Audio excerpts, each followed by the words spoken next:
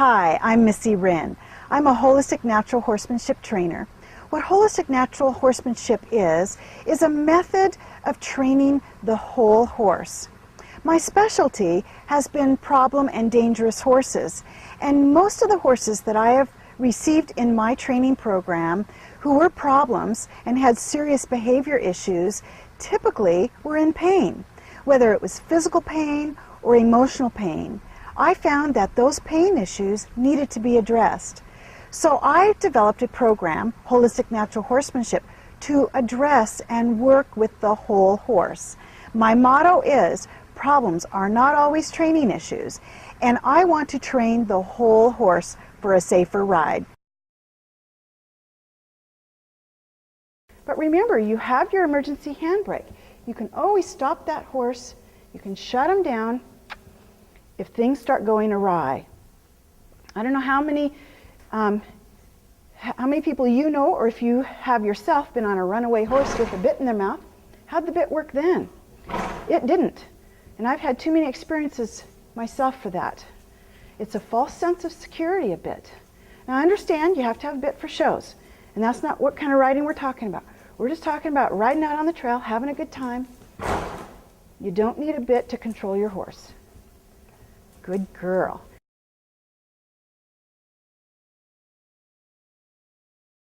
Now I'm going to go around to the edge and I'm going to ask her to hoe.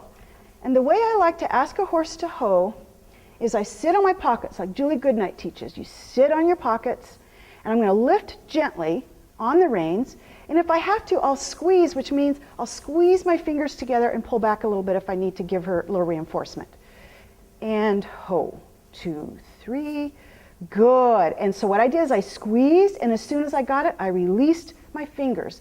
Good girl. Now, if she had kept walking out, what I call drifting or stepping out, I would have simply just shut her down in a one-rein stop. Good girl. You can see how important this is to get this good on the ground. Now, she's just walking out, and I don't like that, so I'm going to shut her down.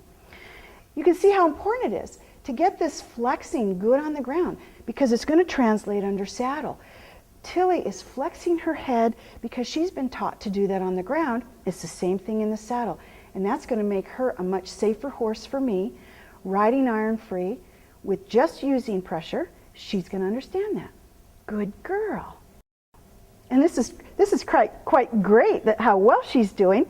She hasn't been ridden in over 4 months, and she's doing good. She remembers things. So we're going to refine a little bit. We're going to turn. Good. And when I turn, I really just squeeze my fingers together. She's a little stuck. There you go. I squeeze my fingers and I pull to my hips. You want to make sure you're not pulling way out. You know, unless you're trying to do a turn on the haunch, then you would pull out like this and get that horse to move through the door. But when you're just making a turn, squeeze and pull, and notice my outside rein, I leave that loose, giving her room to make that turn. And I'm over-exaggerating for her. Oh, and she's stuck. I'm asking for this front end to come around. Come on. Good girl. And once her feet start moving, then I let her know, good girl, and I drop the pressure. The slightest try, the smallest change, I want to reward her for that. And turn. Good. This is all very confusing. It's a lot for her to have to deal with. We're walking forward. I'm asking her to move from side to side, pulling her head, her nose. She's going, you know, this is interesting. I'm not quite sure what you want me to do. So she's pulling against me from time to time. But you notice those knots on this all-in-one are strategically placed to provide pressure on the nose. It's not pain, it's pressure. And as soon as she gives, the pressure stops. And she gets instant release. Instant release. That's how your horse learns. You've got to give instant release. Good girl. And this all-in-one gives that. And we're going to do a hoe. Oh, look at that. Look where my hands are. I didn't even have to pull back. My fingers are loose, and she got it from my bottom. That is spectacular. That's what you want to get your horse to. When you're riding with your body, that's when your horse and you are one. You're in unison riding. That's when it's the sweet spot with the horse. So we'll keep working this, and forward we go. And eventually, I don't want to have to do my hands forward and my body forward. I'll just squeeze. So we'll start refining this a little bit. and maybe refining these turns a little bit. Instead of me having to pull that nose, I want to just be able to squeeze my fingers with some pressure. But you know, she's young too, and she's got a little bit of distracted brain. She likes to look around. That's all right. I don't mind her looking around a little bit as long as she listens when I tell her something. And ho. Wow. Wow, that was great. What a good girl. I'm going to let her think about that for a minute. That was spectacular. You did a great job. You're big stuff. You are such big stuff. Good girl.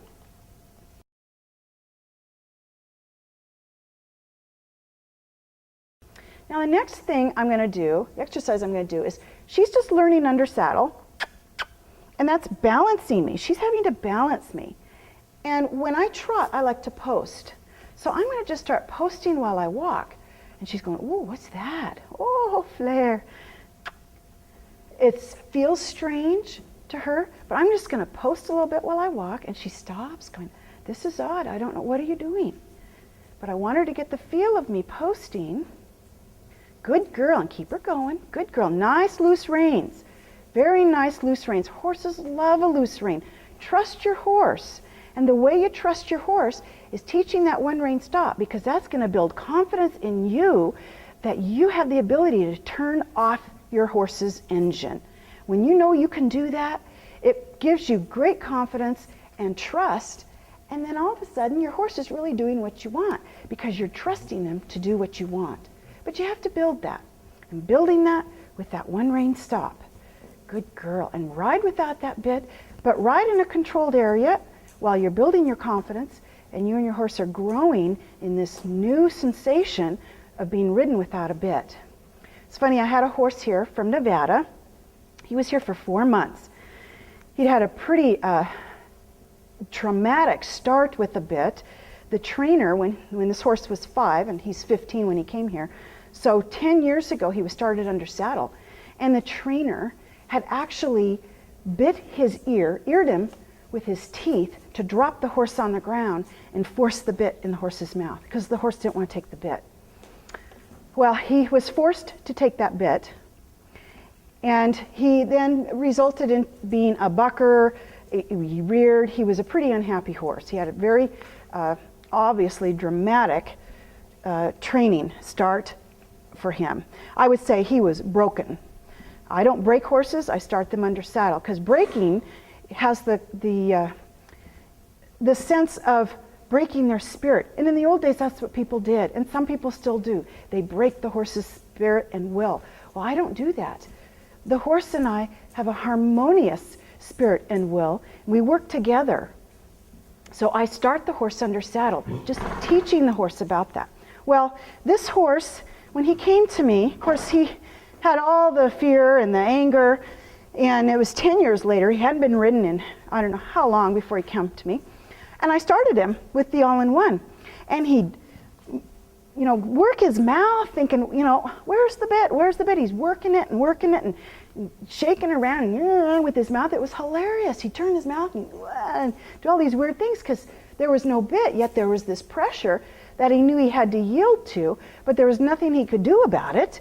He couldn't chomp on the bit. He couldn't flip over backwards, or there wasn't any pain inflicting him. So he was like, well, what do I do? And then he realized, well, this is kind of fun. This doesn't hurt, and I get to go out and do things now. And 2, 3, didn't work, so I'm going to shut her down. And I'm asking with my foot, good girl, good girl. And give me that nose, very nice. What I just did there is I asked her to stop. I'm asking for that front end, so I'm going to pick this up. Good girl. Excellent. What I asked there was for her to stop, and she didn't listen. And 2, 3. I count to a 3. Sometimes I'll let them leak out at a 4. But if I feel that they're going to stop, then I'll go to a 4. But anyways, I was counting, and she wasn't picking up on it. And I thought, well, I'm not going to get pulling back, because I don't want to teach her to stop by pulling back. When you pull back, it just forces the horse's head to go up, or they aren't listening when you're pulling back.